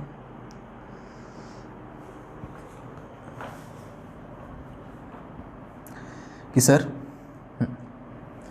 एक्साइटेशन सीख लिया है ना। एक्साइटेशन का मतलब क्या है कि ऐसा फोटोन आया जिससे कोई लो एनर्जी स्टेट से हाई एनर्जी स्टेट में चली गई। डी एक्साइटेशन का मतलब क्या है सर कि सर हाई एनर्जी स्टेट से लो एनर्जी स्टेट में क्यों आ रही है। मैंने बता दिया कि सिस्टम क्या चाहता है, अपनी एनर्जी मिनिमाइज रखना चाहता है, इसलिए आएगी। हाई एनर्जी स्टेट में बहुत मुश्किल से कुछ सेकंड रुकती है, माइक्रो सेकंड समथिंग रुकती है, वापस आ जाती है फिर, है ना। मतलब इलेक्ट्रॉन वापस आ जाता है। फिर जब वापस आ जाता है तो उसी एनर्जी डिफरेंस के बराबर में क्या करता है, हाँ जी, फोटोन एमिट करता है उसी एनर्जी डिफरेंस के बराबर, ठीक है ना। तो अब देखिए मैं क्या कह रहा हूँ, ये n इक्वल टू 1 है, n इक्वल टू 2 है, n इक्वल टू 3 है, n इक्वल टू 4 है। हमने ये वाली कैलकुलेशन देख ली, ये वाली चीज़ समझ ली। अब उल्टी समझते हैं, ये n इक्वल टू 5 है कि यार जब इलेक्ट्रॉन अगर n इक्वल टू 5 में यहाँ पर है ना, और उससे क्या है, अब उसके पास क्या पॉसिबिलिटी है कि यार n इक्वल टू 1 तक आना है। तो यार n इक्वल टू 1 तक अगर उसे आना है ना, तो क्या किस तरीके से सर सीधा डायरेक्ट आ सकता है वो, ये पॉसिबिलिटी है। तो मतलब ऐसे आ सकता है, या फिर क्या करे, यहाँ आ जाए, फिर यहाँ से यहाँ जाए, फिर यहाँ से यहाँ जाए, फिर यहाँ से यहाँ जाए, ऐसे भी आ सकता है इलेक्ट्रॉन। या फिर सर ऐसे आ जाए और यहाँ से फिर ऐसे आ जाए और ऐसे आ जाए, या फिर सर यहाँ से आया और यहाँ से ऐसे आ जाए, ठीक है। तो 1 2 3 4 5 6 7 8 9 10, ठीक है, इस तरीके से आ सकता है ना। तो उतने ही फोटोन होंगे और उतनी ही स्पेक्ट्रल लाइन हमें मिलेंगी। तो यहाँ से एक नंबर ऑफ स्पेक्ट्रल लाइन का फॉर्मूला भी निकल के आता है, ठीक है। वो वैल्यू आती है del n into del n plus 1/2। मतलब क्या है कि 5 से अगर पहले में आया तो डेल एन की वैल्यू कितनी आ गई सर, 5 - 1 = 4। तो फॉर्मूले में वैल्यू रख दीजिए सर, 4 × 5/2 मतलब 10। तो इसका साफ मतलब क्या निकल के आता है कि 10 अलग अलग एनर्जी के फोटोन मेरे को मिलेंगे। कौन कौन से सर, हो सकता है वो E5 - E4 वाला भी मिलेगा, है ना। हो सकता है मेरे को E5 - E3 वाला मिले, E5 - E1 वाला मिल जाए, E5 - E2 वाला मिल जाए, E5 है ना, ठीक है, और E4 - E3 वाला मिल रहा होगा, E3 - E2 वाला मिल रहा होगा, E4 - E2 वाला मिल रहा होगा, E4 - E1 वाला मिल रहा होगा, E3 - E1 वाला मिल रहा होगा, E2 - E1 वाला मिल रहा होगा। 1 2 3 4 5 6 7 8 9 10 ये अलग अलग एनर्जी के फोटोन की वजह से ही नंबर ऑफ स्पेक्ट्रल लाइन ये आई हैं आपके, ठीक है, समझ गए। अब यहीं पे क्या आ जाता है, एक और चीज़ आ जाती है ना, क्या सर, लाइमन सीरीज। समझने की हैं चीज़ें, रटने की नहीं है। बामर सीरीज, पाशन सीरीज, ठीक है, ब्रेकेट सीरीज, पीफन, हम्फ्री सीरीज, क्या है ये सब, है ना। कहने का मतलब क्या है ना, n = 1 फिक्स कर लिया मैंने, n = 1 फिक्स है, ठीक है। तो n = 1 फिक्स है, यही लाइमन सीरीज है। मतलब किसी भी एनर्जी स्टेट से, मतलब चाहे वो n = 2 से, चाहे वो n = 3 से, चाहे वो n = 4, चाहे वो n = 5, चाहे n = 6, कुछ भी हो सकता है वो, कहीं से भी, है ना। किसी भी एनर्जी स्टेट से n = 1 में आ रहा है तो ये सब क्या है, ये लाइमन सीरीज बोली जाएगी, ठीक है ना। ये लाइमन सीरीज की पहली लाइन ये होगी, n = 2 से n = 1। एक बात बताओ, इसमें जो सबसे ज़्यादा एनर्जी डिफरेंस होगा, ठीक है। सबसे ज़्यादा एनर्जी वाली जो लाइन होगी वो कौन सी होगी, इसको सबसे लास्ट में मैं कह भी रहा हूँ कि यार जो इनफाइनाइट से आ रही है बेसिकली उसको क्या कहते हैं हम, सीरीज लिमिट। और इससे एसोसिएटेड एनर्जी मैक्सिमम रहेगी, ठीक है, और लैम्डा मिनिमम रहेगा। और वहीं पे जो पहली लाइन है ये वाली, यहाँ पे क्या है सर, एनर्जी लोएस्ट है और लैम्डा लेकिन मैक्सिमम है। तुमसे कैलकुलेशन कैसे आएगी एग्जाम में कि यार लाइमन सीरीज के लिए, मतलब एक हाइड्रोजन लाइक सिस्टम है, मतलब हाइड्रोजन है या फिर हीलियम प्लस है, कुछ भी है, उसके लिए लाइमन सीरीज के लिए सबसे मैक्सिमम वेवलेंथ की वैल्यू क्या होगी और सबसे स्मॉल वेवलेंथ की वैल्यू क्या होगी, या फिर सबसे, ठीक है, एनर्जी की टर्म में भी पूछ सकता है। तो आप कैसे लिखोगे, है ना। आपके सामने एक्सप्रेशन क्या है सर, हमारे सामने तो वही है,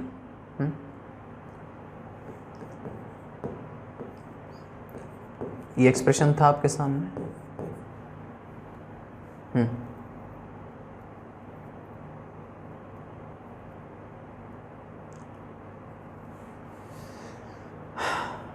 ना, एक्सप्रेशन है। एनर्जी के डिफरेंस से आप लिख दोगे ई इनफाइनाइट माइनस E1, जिसके लिए भी सिस्टम के लिए लिखनी है, और इसको बराबर में HC बाई लैम्डा टिका के लिख दोगे, ठीक है, ऐसे लिख दो एनर्जी। या फिर आप लिख रहे हो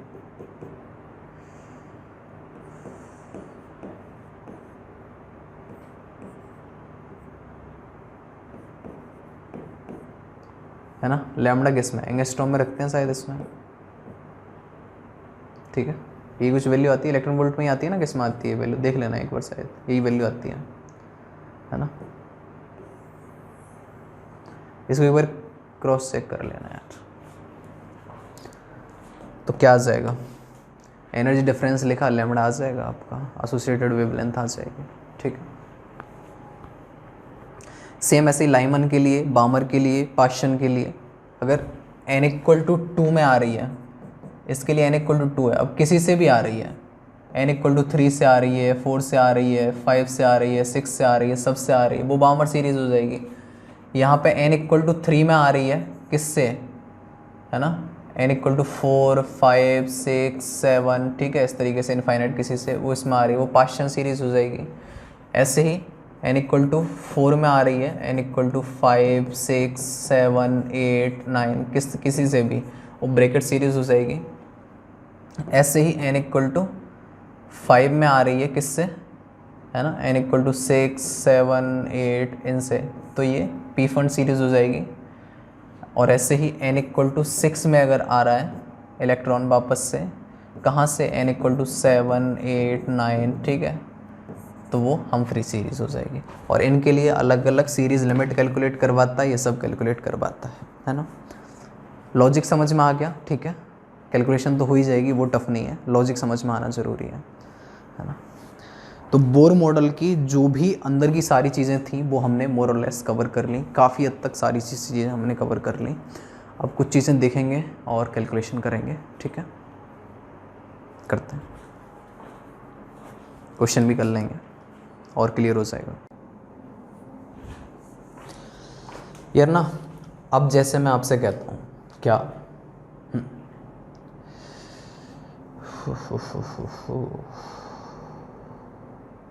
चलो इस चीज़ को ऐसे देखते हैं ना,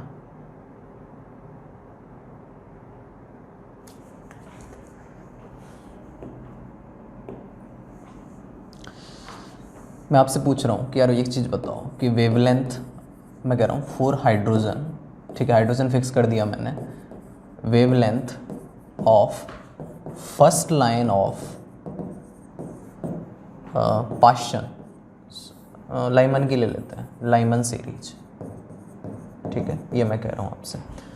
और लास्ट लाइन की भी सेम चीज़ पूछ रहा हूँ मैं आपसे, वेवलेंथ ऑफ लास्ट लाइन, या फिर जिसको हम कह देते हैं सीरीज लिमिट, या फिर जिसको हम कह देते हैं मार्जिनल लाइन, ठीक है। पहले ना बेसिक मतलब सीख लेंगे ऑफ लाइमन सीरीज,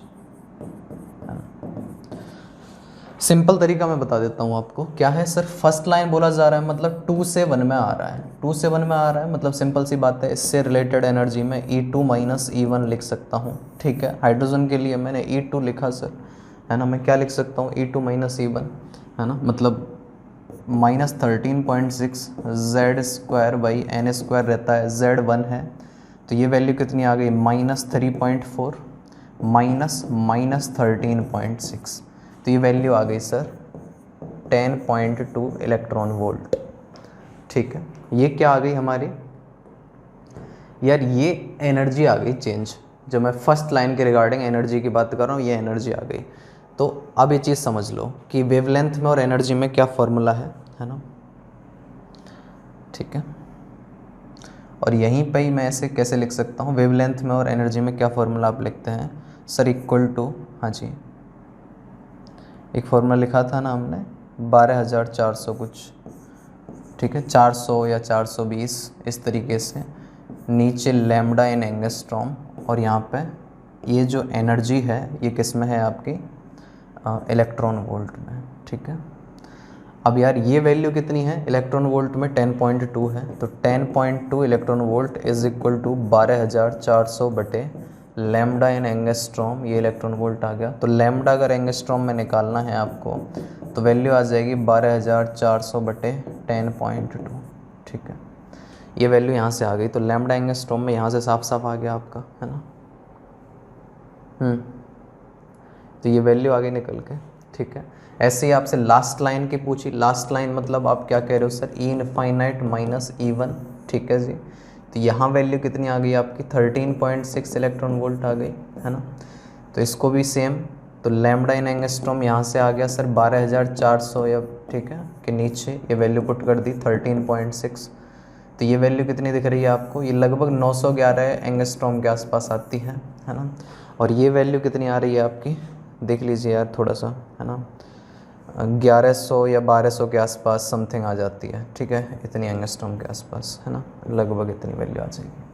ये 1100 या 1200 और ये लगभग 911 एंगस्ट्रॉम के आसपास आती है। तो इस रेंज में है पूरी की पूरी, ये फर्स्ट लाइन से लेके लास्ट लाइन के बीच में, है ना। ठीक है, तो मैं क्या कह सकता हूँ, ये कौन सा रीज़न है सर, जब मैं ऐसे विवग्योर वाले में बताता हूँ, है ना। विवग्योर में अगर हम इसकी बात करते हैं तो ये विजिबल, क्या बोल दिया है विवग्योर क्यों, है ना। अगर मैं विजिबल रीजन की बात करता हूँ और दूसरी बात मैं अल्ट्रावायलेट और इंफ्रारेड की बात करता हूँ, ठीक है, तो यहाँ वेवलेंथ कम है, वेवलेंथ कम है, एनर्जी ज़्यादा है। तो मैं अगर बोलता हूँ कि लाइमन सीरीज जो इसी जगह पे लाई कर रही है, तो गलत थोड़े ना है बात। ठीक है, जैसे जैसे वेवलेंथ बढ़ती जाएगी तो वेवलेंथ बढ़ती जाएगी, तो 3800 से 7600 एंगस्ट्रॉम के बीच में जब भी वैल्यू आएगी, है ना, ये आती है आपकी स्टार्टिंग की 4 लाइन जब आप बामर सीरीज़ में लेते हो, मतलब 2 किससे, 3 से 2 वाली, 4 से 2 वाली, 5 से 2 वाली और 6 से 2 वाली, जब स्टार्टिंग की 4 लाइन लेते हो तो वो इस रेंज में आती है। वहाँ पे कैलकुलेट तो ऐसे ही कर रहे हैं ना, वे वैल्यू आती जा रही है, उसके बाद जितनी भी आएंगी वो सब IR में आती जाती हैं, वेवलेंथ बढ़ती जाती है बढ़ती जाती है बढ़ती जाती है। ठीक है, तो आप देख पाओगे बस इन 4 को, इनके अलावा नहीं देख पाते हो आप, है ना। यानी कैलकुलेशन बामर ने की थी, नाम था इंसान का, उसी के नाम से बामर सीरीज है ना। ठीक, तो ऐसे करके हम पहली, दूसरी, तीसरी, चौथी, पाँचवीं हर किसी की वो कैलकुलेट कर सकते हैं। मेरे हिसाब से इसमें किसी को दिक्कत नहीं होगी। अच्छा, एक छुटकू सी बात और, है ना, जैसे मैं क्या लिखता हूँ यार,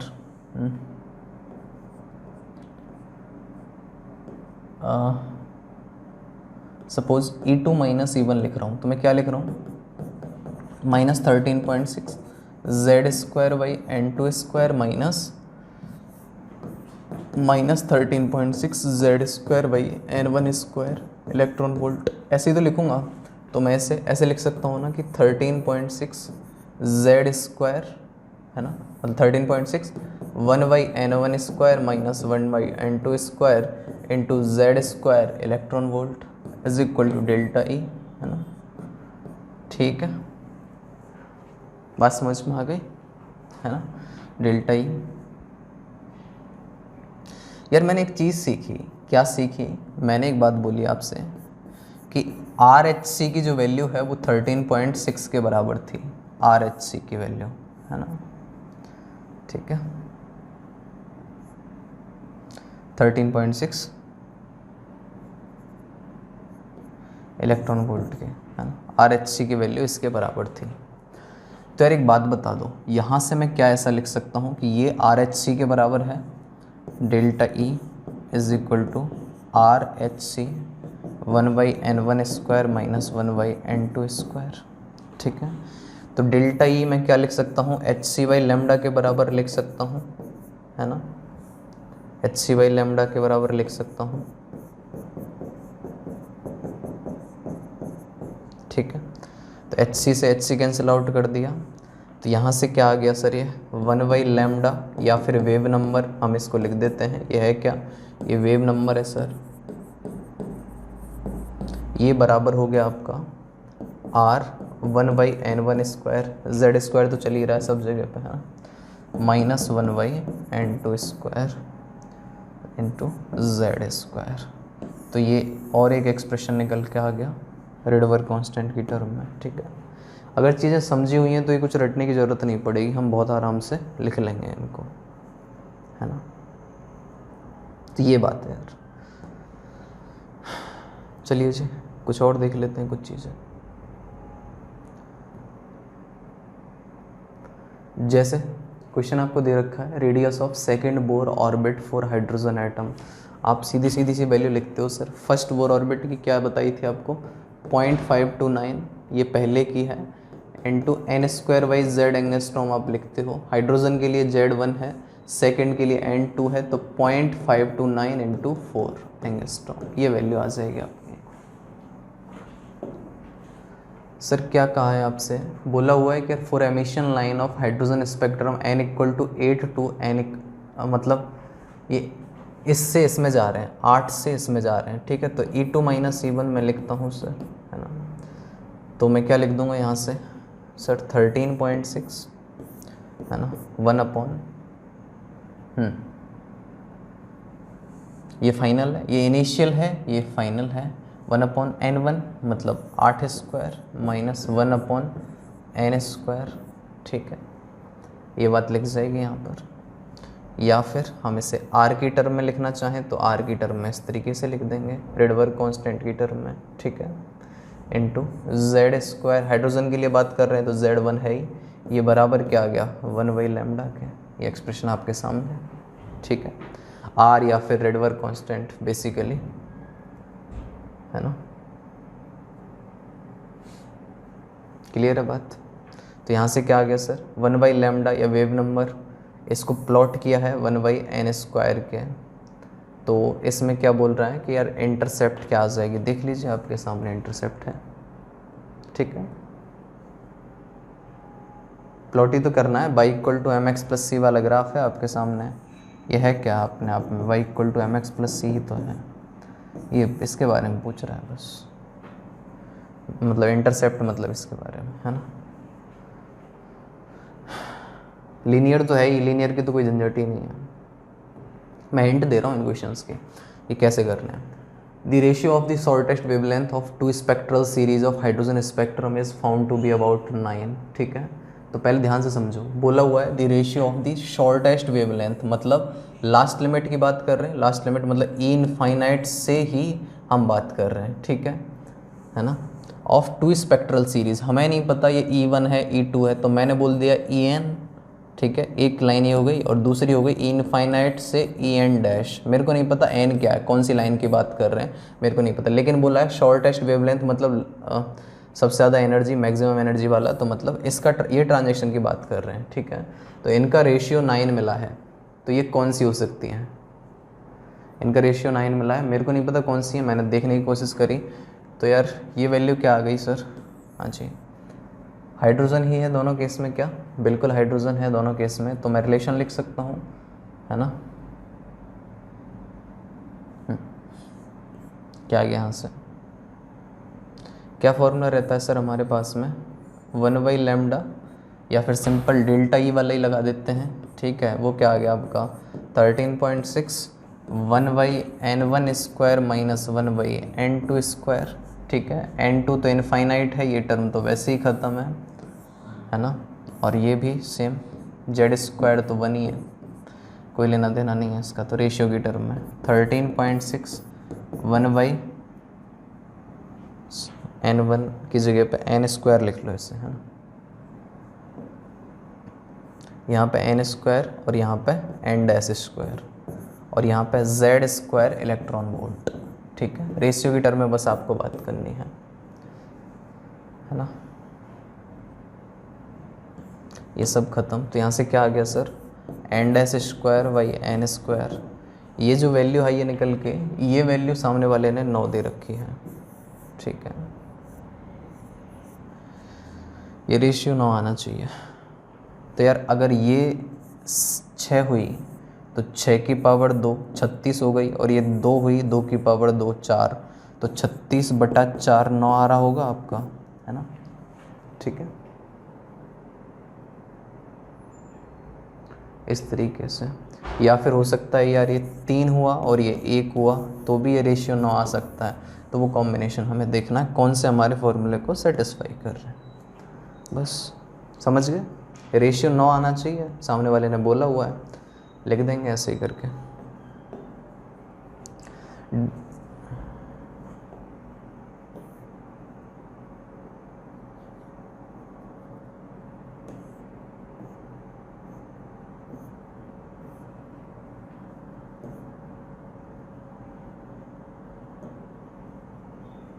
देखो क्या कह रहा है, difference between radii of third and fourth orbit of Li2+ is del r1। मतलब हम क्या लिखते हैं सर, 0.529 n²/z एंगस्ट्रॉम, ठीक है, ये लिखते हैं ना। अगर थर्ड के लिए लिख रहे हैं तो 3 का स्क्वायर, और फोर्थ के लिए लिख रहे हैं तो 4 का स्क्वायर। मतलब ये क्या आ गया, 4² - 3² 0.529/z एंगस्ट्रॉम, ये है। ये वैल्यू Δr1 के बराबर सामने वाला कह रहा है ना। और ये Δr2 है, क्या है ये सर, फोर्थ ऑर्बिट, मतलब 4 का स्क्वायर - 3 का स्क्वायर 0.529/z एंगस्ट्रॉम, ये Δr2 है, ठीक है। इनका रेशियो सामने वाले ने पूछा हुआ है, तो क्या हो जाएगा, ये ख़त्म, ये ख़त्म, तो z'/z आ जाएगा ये, ठीक है। ये आ जाएगा Δr1/Δr2, यही वैल्यू आई।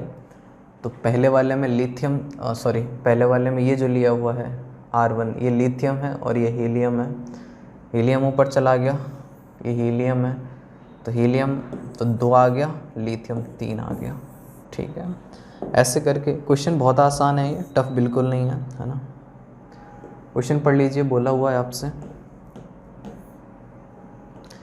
सीधा क्वेश्चन अभी आया है लास्ट ईयर ही, है ना। According to Bohr's atomic theory kinetic energy of electron क्या ये होती है, क्योंकि आप लिखते क्या हो सर, ½ mv², आप लिखते हो v z/n निकल के आता है, तो z²/n² के डायरेक्टली प्रोपोर्शनल हो गई कि नहीं हो गई, सही है। Product of velocity of electron and principal quantum number n, तो ये z/n है और ये n है, तो मल्टीप्लाई करेंगे तो z के डायरेक्टली प्रोपोर्शनल आएगी, ना कि z² के। Frequency of revolution of electron किसी ऑर्बिट में, तो क्या लिखते हो यार आप, है ना, f1/t, t होता है 2πr/v, ठीक है। तो मतलब v/r आ गया बेसिकली ये, है ना, इसमें तो v क्या है, z/n, और ये क्या है, n²/z, तो frequency directly proportional to z²/n³, गलत। कूलम्बिक फोर्स ऑफ अट्रैक्शन किसी इलेक्ट्रॉन के लिए क्या हो जाते हैं sir, k ZE k q1 q2/r, है ना, ZE E/r स्क्वायर, सॉरी, है ना। तो और r होता क्या है आपका, r है 0.529 n²/z था, तो ये n² का भी स्क्वायर और ऊपर z का स्क्वायर, तो मतलब कूलम्बिक फोर्स ऑफ अट्रैक्शन क्या हो गया सर, z²/n⁴, ठीक है। तो ये भी गलत, तो सिर्फ और सिर्फ एक सही है, बाकी सब गलत, है ना। तो ऐसे करके हम इन चीज़ों को समझ सकते हैं, ठीक है। क्वेश्चंस की तो यार वही बात है कि अब तो टाइम भी है, जितनी प्रैक्टिस करें हम उतना बेटर है ना, क्योंकि ये थ्योरेटिकल चैप्टर सही है नेचर इसका, तो इसमें थ्योरी काफ़ी ज़्यादा है, तो उतनी थ्योरी पढ़ाना इतनी जल्दी पॉसिबल है नहीं, ठीक है। तो लॉजिक समझ लीजिए किस तरह से चीज़ें प्रोसीड कर रही हैं, प्रैक्टिस खुद से करिए जितनी हो सके मैक्सिमम। चलिए जी, नेक्स्ट बात करता हूँ मैं आपसे यार, फ़ोटो इलेक्ट्रिक इफ़ेक्ट के बारे में। फ़ोटो इलेक्ट्रिक इफ़ेक्ट क्या कह रहा है यार, है ना, एक सिस्टम बना के रखते हैं हम, वो सिस्टम का डायग्राम मैं यहाँ पर रिप्रेजेंट नहीं कर रहा हूँ, आपके जो पढ़ी होगी आपने, शीट होगी या नोट्स होंगे, कुछ भी होगी, बुक होगी आपकी एनसीईआरटी, उसमें आपको डायग्राम दिख जाएगा, ठीक है। होता क्या है कि जब मैं यार एक फ़ोटोन को किसी मेटेलिक प्लेट पर, है ना, सर्किट बना हुआ है, सब कुछ बना हुआ है यार, किसी फ़ोटोन को कुछ पर्टिकुलर एनर्जी का कोई फ़ोटोन है, मैंने इंसर्ट किया किसी मेटेलिक प्लेट पर, तो हम क्या कहते हैं कि यहाँ से सर एक इलेक्ट्रॉन इजेक्ट हुआ, मतलब एक फ़ोटोन अगर आया तो एक इलेक्ट्रॉन ही यहाँ से निकला, ये बात हम कह रहे हैं, ठीक है ना। तो अब क्या है, इस फोटोन की इतनी सफिशिएंट एनर्जी कम से कम होनी चाहिए जो इस इलेक्ट्रॉन को इसके अंदर के बाइंडिंग फोर्स से फ्री कर दे, ठीक है। तो उसी को ही हम कहते हैं वर्क फंक्शन W0, या फिर जिसे h न्यू नॉट बोल देते हैं, या फिर जिसे hc/λ0 बोल देते हैं, ये W0 ही है।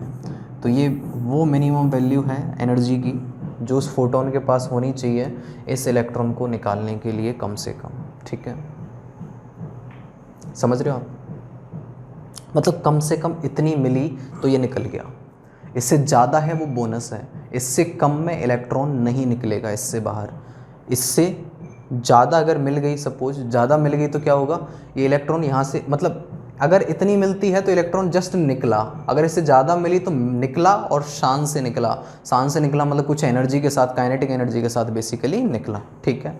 तो मतलब सपोज अगर एच न्यू ज़्यादा है एच न्यू नॉट से, ठीक है, जो एनर्जी है, तो एच न्यू, तो यहाँ से क्या होगा, यहाँ से काइनेटिक एनर्जी के साथ निकला, और ये मैक्सिमम काइनेटिक एनर्जी अगर मैं लिखना चाहूँ जो हो सकती है उसके पास में H nu minus h nu not हो सकती है। मैक्सिमम क्यों लिखा मैंने, क्योंकि ये तो मैंने एग्जैक्ट वैल्यू लिख दी ना अंदर, और दूसरे सब बहुत एनर्जी लॉस भी तो होगा, ये तो मैक्सिमम वैल्यू है।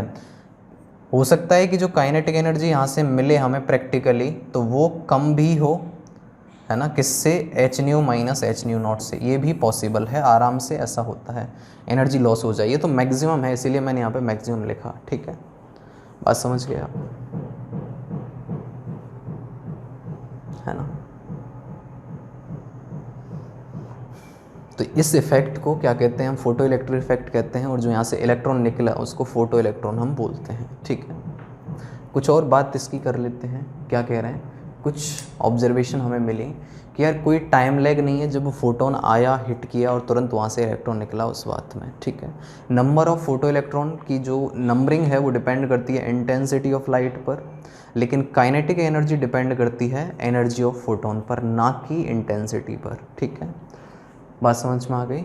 और कम से कम कितनी फ्रीक्वेंसी हमें चाहिए उस फोटो इलेक्ट्रॉन को निकालने के लिए, वो उसको बोलते हैं हम थ्रेशोल्ड फ्रीक्वेंसी, और या फिर अगर फ्रीक्वेंसी कम से कम बोलिए, मैक्सिमम वेवलेंथ की बात बोल दी, उसको क्या बोलेंगे हम, थ्रेशोल्ड वेवलेंथ, मतलब जो मैंने बता दिया ये आपकी क्या है, थ्रेशोल्ड फ्रीक्वेंसी है, और ये थ्रेशोल्ड क्या है, आपकी वेवलेंथ है, ठीक है।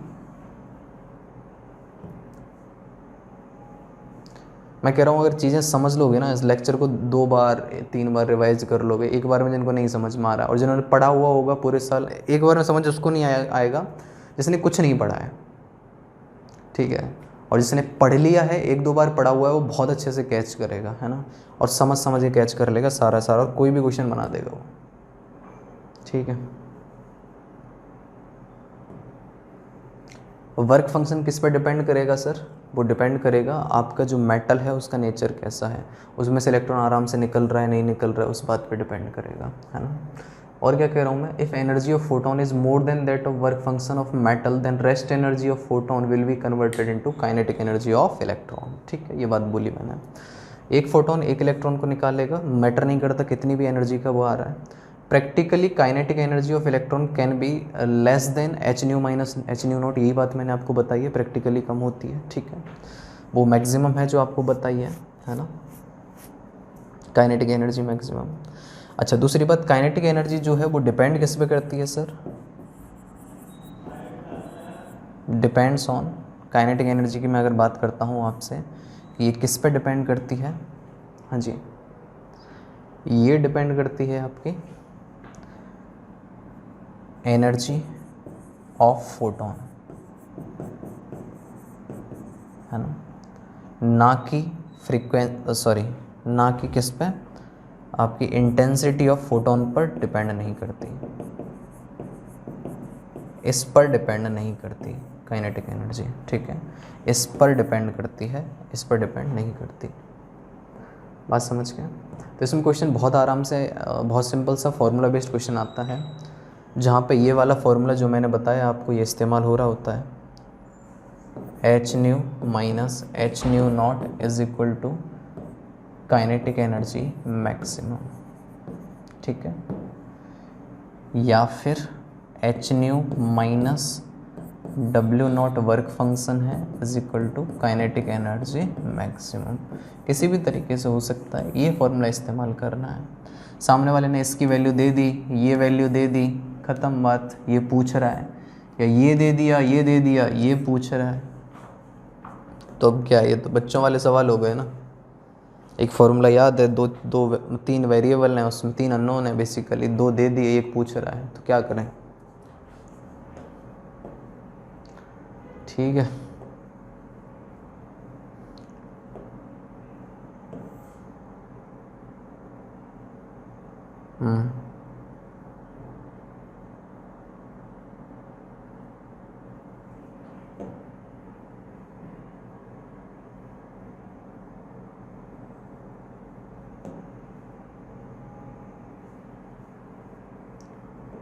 देखो क्या कह रहे हैं, क्वेश्चन पढ़ लो, कोई काम करे तो। P is the momentum of the fastest electron ejected from a metal surface after the radiation of light having wavelength lambda, ठीक है ना, इतना मोमेंटम है, ये सब है, ठीक है।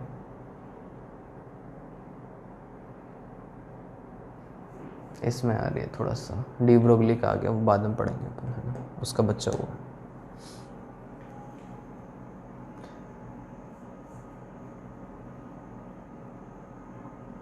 कोई नहीं, उसको बाद में देख लेंगे। और कोई चीज़ बाकी तो नहीं रहेगी इसमें, वो देख लेते हैं एक बार, है ना। ये बात हमने करी ली, ठीक है। लाइमन सीरीज क्या है, यूवी रीजन में है, कैसे कैलकुलेट करके बताई दिया, फर्स्ट और लास्ट वाली ले ली, है ना। किस तरीके से लिखते हैं, first line of Lyman series 2 से 1 वाली, सेकंड लाइन 3 से 1 वाली, ऐसे ही बामर में लिखेंगे तो यहाँ पे क्या आ जाएगा, 3 से 2, यहाँ पे 4 से 2, ठीक है, वहाँ पे 2 रेफरेंस मान लेंगे, है ना। मार्जिनल लाइन लास्ट लाइन को भी बोलते हैं, या फिर उसको सीरीज लिमिट भी बोलते हैं, उसका मतलब इनफाइनाइट से 1, ठीक है। First line of any spectrum is longest line, और लास्ट लाइन जो होगी उसकी एनर्जी सबसे ज़्यादा होगी और वो वेवलेंथ कम होगी, इसलिए वो शॉर्टेस्ट लाइन, ठीक है। ये बात हम कह रहे हैं, है ना। बामर सीरीज ये बता दिए, सेकंड लाइन है, इसकी स्टार्टिंग की 4 मतलब इसके लिए n1 2 है, तो n2 क्या हो गया, 3 4 5 6, सिर्फ ये कैलकुलेशन से आई है, जैसे बताया आपको, कैलकुलेट करी थी, जैसे 911 और वो सब निकाला था, वैसे आई है बस, है ना। क्योंकि विजिबल में तो 3800 से 7600 एंगस्ट्रॉम रहता है ना, तो इस रेंज में 4 ही बैठ रही हैं, बची कुछ ही सब इंफ्रारेड में जा रही हैं, वैल्यू और ज़्यादा बढ़ती जा रही है, तो ठीक है, तो यही बात बोली हुई है।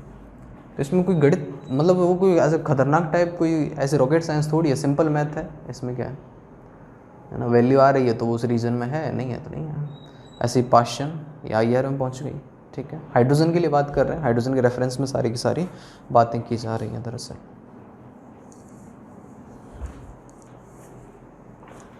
है ना।